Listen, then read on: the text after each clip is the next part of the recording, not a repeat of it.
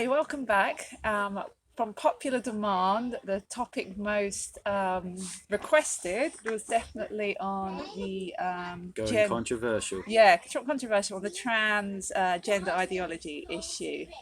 I'd like to start off by saying that we are very acceptant of everyone different preferences, sexual preferences, different orientations. Yes, Kai? Okay, cool. I'll talk to you in a minute, buddy. And thank you. Working with children is fun. Anyway, so very acceptant. We are not phobic of anything or anti anything. We wouldn't live in Brighton, especially if we were so. Right. So that's my disclaimer before going into this topic. We, of course, do have unconventional views on it, which definitely don't fit with the mainstream narrative.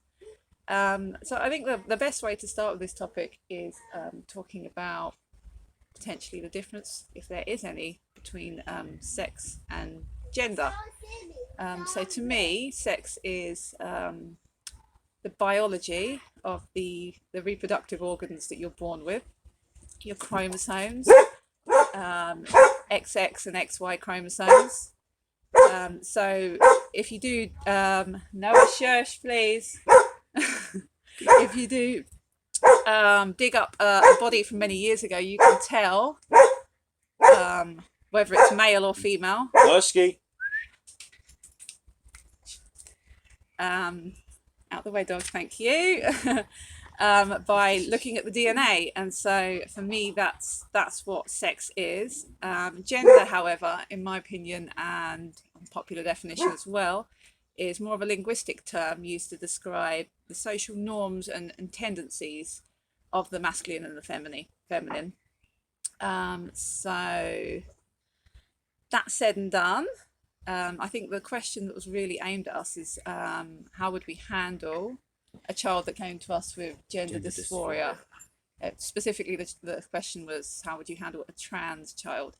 I don't think there are innately trans children. I think there are children that have confusion and they are experimenting with their identities. Confusion. It could be called curiosity. Yeah, curiosity. Well. So it could be just literally curious as to, I'm drawn to pink when I'm going to be a boy wearing blue, and just as a really kind of basic out there example, and yeah, I think it is a curiosity, and it could possibly be a confusion as well, as in I'm told to look this way, fit in this way, be that way, and actually I feel the complete opposite way. And so how does that work for me? I'd like to clarify that we aren't talking from direct experience. We haven't had to deal with a child that believes they're in the wrong body. That said and done, our son could definitely be construed as having very feminine qualities. And at points, I think even our middle daughter, when she was young, was very tomboyish, if that's a word we're allowed to use. And so I think we can advocate for child autonomy and children being allowed to express themselves, what clothes they choose, what toys they choose that might be traditionally seen as a specific gender, if you like, and we can also advocate for them, exploring with curiosity, as Matt said, and playing make-believe, I guess, because at the end of the day, you are born with a binary gender, and yes, there are intersex people born, but that is a condition. It's not part of human nature. That's okay.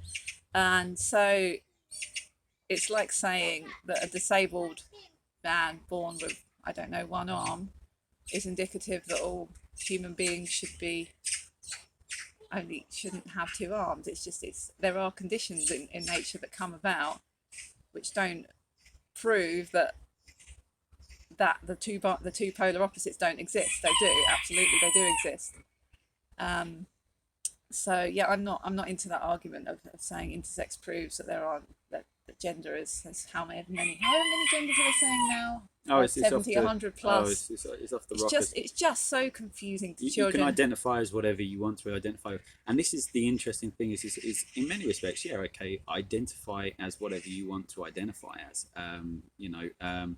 However, there has to become a lovely boundary, a line between what is real and what is not real. So identify as whatever you want, but then you also have to accept that there's this sense of reality in life. And I always give people this example. There's that lovely film called Inception. Pretty sure it's called Inception, with Leonardo DiCaprio, and they have the spinner. And the reason they have the little tabletop spinner, well, they actually, funny enough, they each choose a certain thing. So you've got to choose whatever works for you. But he has a spinner to basically allow himself to discern the difference between the real world and the dream world, the world that's just in his head. And so that's where I think this is going with regards to this whole gender identity, or how you identify something, is at some point you have to draw a line and say, okay, that's fine, but you have to come back to the real world and you have to accept it. Or you need to at least work towards accepting that what you are, but by all means have a sense of play. Yeah, and go into character roles. So why not take up the drama and just kind of explore these roles and have a curiosity about them, but then come back to it and go, okay, and this is man. And I think a lot of it comes back into how I fit into myself, into society, into social groups. And I think there's a lot more here at play than just gender alone. And I think we can also explore who we are, our identity, without, for me, the main issue I take issue with here is altering the body physically and chemically, Yes. with long-term side effects. And these drugs that they're giving. So you're talking about hormone blockers, Yeah, hormone and you're talking blockers, about correctional or cross-sex hormones. Was it yummy? So cross-sex hormone blockers, they don't know the long-term safety on these things because they're being used off license, which means they weren't developed for this purpose. A lot of them were developed for emergency treatment for childhood cancers and other reasons. So you can't know the long-term effects, and therefore it's not an age-appropriate decision for a young child to decide to alter their body, which would permanently affect their fertility, their ability to conceive, and the whole of their life beyond their comprehension. It's just not a decision. Well, for me, once again, possibly have informed consent on. Yeah, it's a medical intervention when there's not a medical emergency, and whether we consider that of the mind or of the body, it just isn't a medical emergency. So there doesn't need to be a medical intervention.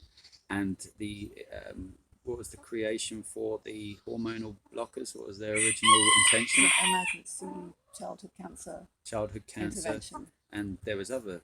A lot of the drugs are used to chemically castrate paedophiles and things like that. They weren't intended to be given to perfectly healthy children. And I think also the point that you made, Matt, was very good the other day about the actual rational mind of a human being hasn't fully developed until around the age of 21 years old. And so I don't know what we're doing giving 9, 10, 11-year-olds the ability to make a rational decision on something that's going to permanently alter their future. And it's a fine line. So again, as I said before, it's you're looking to support and to guide the youngsters in society, not just your own, but youngsters in general. And are you supporting them in when you're kind of turning around saying, okay, let's put a chemical into your body that will alter the way that your body then develops and grows alongside your mind as well? And what impact will that have in 10 years' time? And what's the reversal process if you want to go through that? Instead, I think one person put it right and turned around and said is, if their child came up to them, let's just say it was a girl, and they went to the dad and went, "Dad, I want to be a boy." The dad went, "Well, what does it mean to be a boy?" Answer, go through those questions. What does it mean to be a girl? Go through those questions. That's the approach we would theoretically take. That's what we would theoretically take, and then turn around and then once you figured out what their definition is of either a boy or a girl. Yeah, perhaps it's a girl wears pretty princess dresses. So they could have the stereotypical kind of definitions. And likes to look after babies and things like that. But what I loved was how he backed it up with the fact that then he would turn around and say, "What do you believe you can't do?" As a girl, as a girl, before you transition, and so then you're kind of trying to break down. Now, obviously, that's simplified, and again, people who've got the experience of a child who's actually going through this will have greater insight into the obstacles and the challenges that you face with regards to the questioning. But I don't think, personally speaking, that there's any scenario that means that you can turn around and get to the point whereby which you encourage a chemical alteration of the body, or a physical one. And it's a bit like I say to my kids, I give them as much free reign as possible, but there's sort of certain lines, and I always give the most basic one is I don't need you to have the experience of being hit by a car to be told not to cross the road until you've looked left, looked right, and listened and paid attention. So it's just not an experience that you need to have. Wait until you're older not to get hit by a car, but wait till you're older until you start making decisions for yourself. So that what means is if you watch a 3-year-old just run off and go, good luck getting across that road. This concept of idyllic competency in the medical arena, it's very dangerous. Like assuming that the child has the ability to override a parent's better judgment over medical interventions that will permanently affect them. To say that they can be competent before even systems, functions of their body and their mind haven't even completed the mature process. So again, as I say, there's this lovely idea of freedom, and of course we're all about freedom and child autonomy, but we're also about parental responsibility as well. And so therefore sometimes you have to take the responsibility that you have a greater experience of life, not necessarily a better, but your experience of life is broader. And in your own self that your way of perceiving the world, the way of living in the world is very different from when you were 10 to 20 to 30 to all those who keep getting to 40 and 50 and so on and so forth. It keeps going through the ages, and you look back and you go, I didn't see that coming. I thought I had it figured out, but I didn't see that coming. And so for us, the main take on it is to absolutely, we would not go with anything that interferes with the natural development of the human mind and body. Absolutely surf the terrain. Surf the terrain of the emotions that they're going through. So deal with all of the ugly stuff, the tears, the crying, mentioned it, confusion. Absolutely support them through that process, and try not to get dictatorial on it and say you will not have. I think the key is it's such a small percentage of the society that are genuinely experiencing gender dysphoria, and I think the problem with our schools and our institutions is we're trying to normalize it and make it trendy, which is very dangerous, and we're affecting children's mental health. And I just think in the way that the conditions such as autism have been normalized, it's just diverse, it's just different, we should just all be loving of it. And it's not to be loving, accepting of people that are experiencing that. It's saying let's look at what's going on behind that. So for example, the condition I just used, autism, behind that is gut brain inflammation going on. And also curiously, a high percentage of trans kids are also autistic, which is very interesting. And you can also play back to trauma, so them experiencing some form of trauma in the family home, or even amongst their peer groups as well. But that, I mean, to be fair, trauma goes for almost everybody, but different people deal with trauma in different ways, and different conditions arise from trauma. So we then need to turn around and find more effective processes of going back and saying, okay, that happened. How did you deal with that? What was your habits that you formed in order to protect yourself and to keep yourself safe? And what happened with regards to your thoughts? I was this way when that happened, so I want to change this and become something completely different so I don't have that experience. So this idea of, rather than running away from, how do I dive into? And also we need to kind of, we need to develop some backbone in ourselves and in society as well, because let's just take this video, for example. It's going to get a lot of people saying, you guys are delusional, or you don't see this, or you don't see that, and blah, blah, blah, blah. And it will have both sides of the coin experience. Do you want to show the camera your lovely drawings, Kike? No, you don't. Fair enough. I feel that children's rights when it comes to gender ideology. Oh, it's not coming out. That's what you mean. Here, It's really what it comes down to is how they have a right to be protected by the adults who are supposed to be guiding them. Let me try for you. There it is. And when we step back and say You've got to put it on a children hard have the surface, capability Needs to go on a to hard make surface. these decisions at such an early age. I think we're doing them a disservice to really. What am I trying to say, Matt? Finish me off. Finish off my sentence. So you're trying to turn around and say to them, you are your own unique individual, and you are, in many respects, I'll let you finish off. your governor and guide. But the reality is still is that there are people who are your elders, and they can be 10 years older, 20 years older, you whatever, who have these life experiences and your best interests at heart, and will turn around and sometimes need to make tough decisions because there's just part of them that knows that the way you've got into that process isn't from a place of happiness or joy. For example, you're seeking it, you're still seeking it. Hey, we might all be seeking happiness and joy.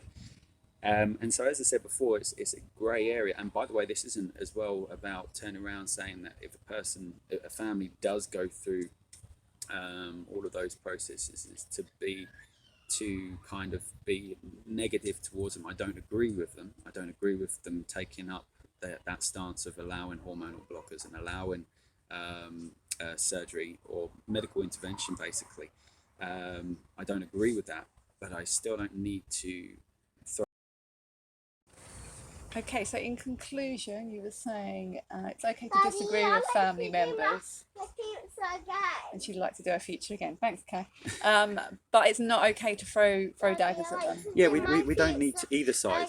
So it's not about pushing or pulling a person towards or away from a viewpoint, but to open up the means of discussion, especially when it's, so for example, once you get to an adult, go for it, do whatever you want, transition to this, to that, be this, be that, it's all good.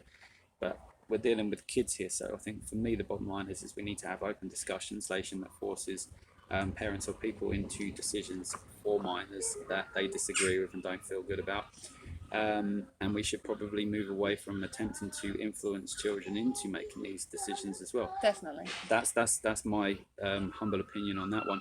And to those who disagree, that's great. We need to have disagreements. I do wish everyone a happy Pride celebration, and I also would really love it if we could keep the over sexualization away from our children. They don't need to have this in-depth exposure to being over sexualized until then. So just it's age appropriation in many respects with all of this stuff. And for the parents out there who are facing these tough decisions and tough conversations, wishing you all of the best in that process. I'll pop some links down in the description of some interesting documentaries and things to watch around this topic, which resonate with how we feel about the topic. Yeah, maybe you'll find some resonation in those links too. Sorry, you're saying communication? Oh, just communication. If we've got to be willing to listen to the all of it, the good, the bad, and the ugly, and kind of step